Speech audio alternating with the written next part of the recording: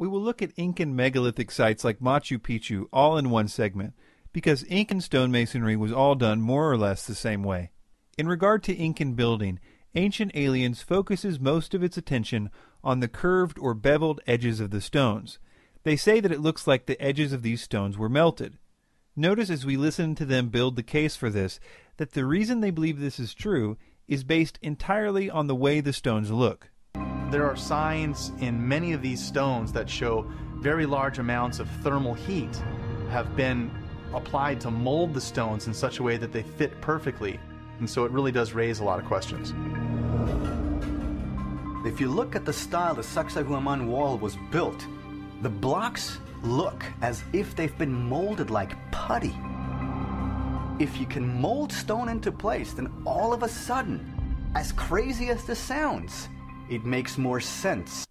Now, melting granite or any other stone and reshaping it would leave unmistakable evidence in and on the stones themselves.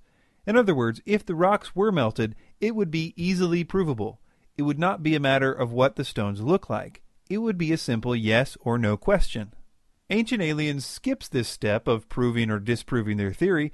Instead, they assume that the rocks were melted based on the look of the stones and move on to the step of trying to figure out who would have the technology to melt stones.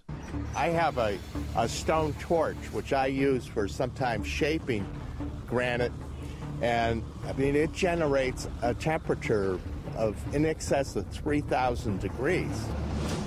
3,000 degrees. That's a lot.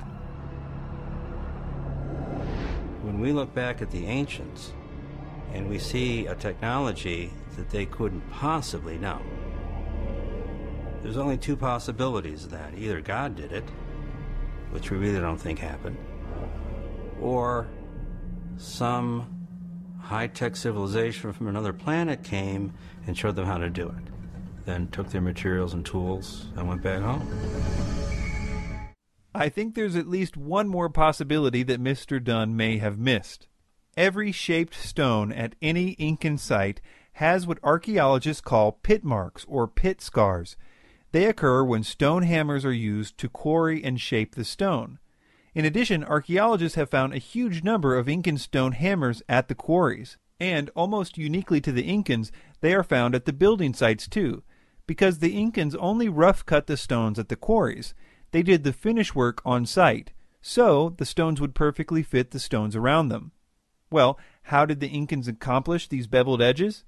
They used a smaller gauge stone hammer for the outer section. The evidence for this can be seen on every single stone that has these edges.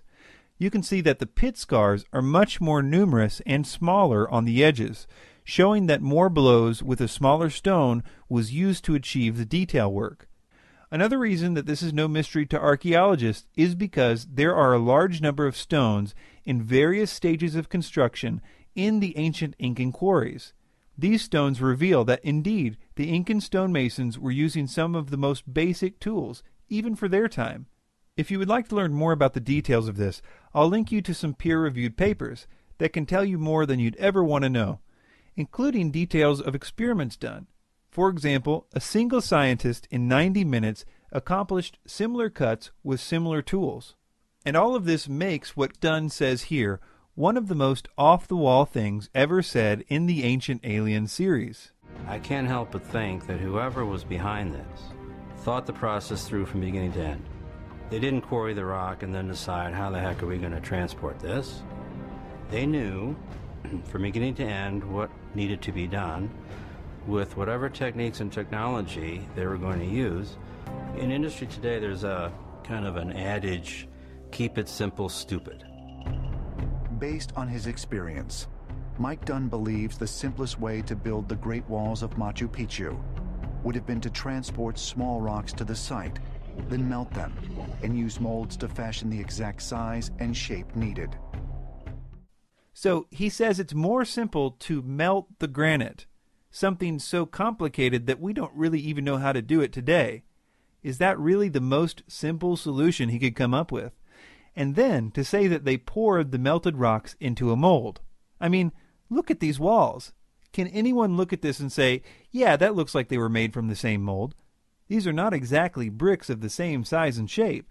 unless he wants to say that they made a new mold for every block, in which case we would go well out of the range of this being the most simple solution.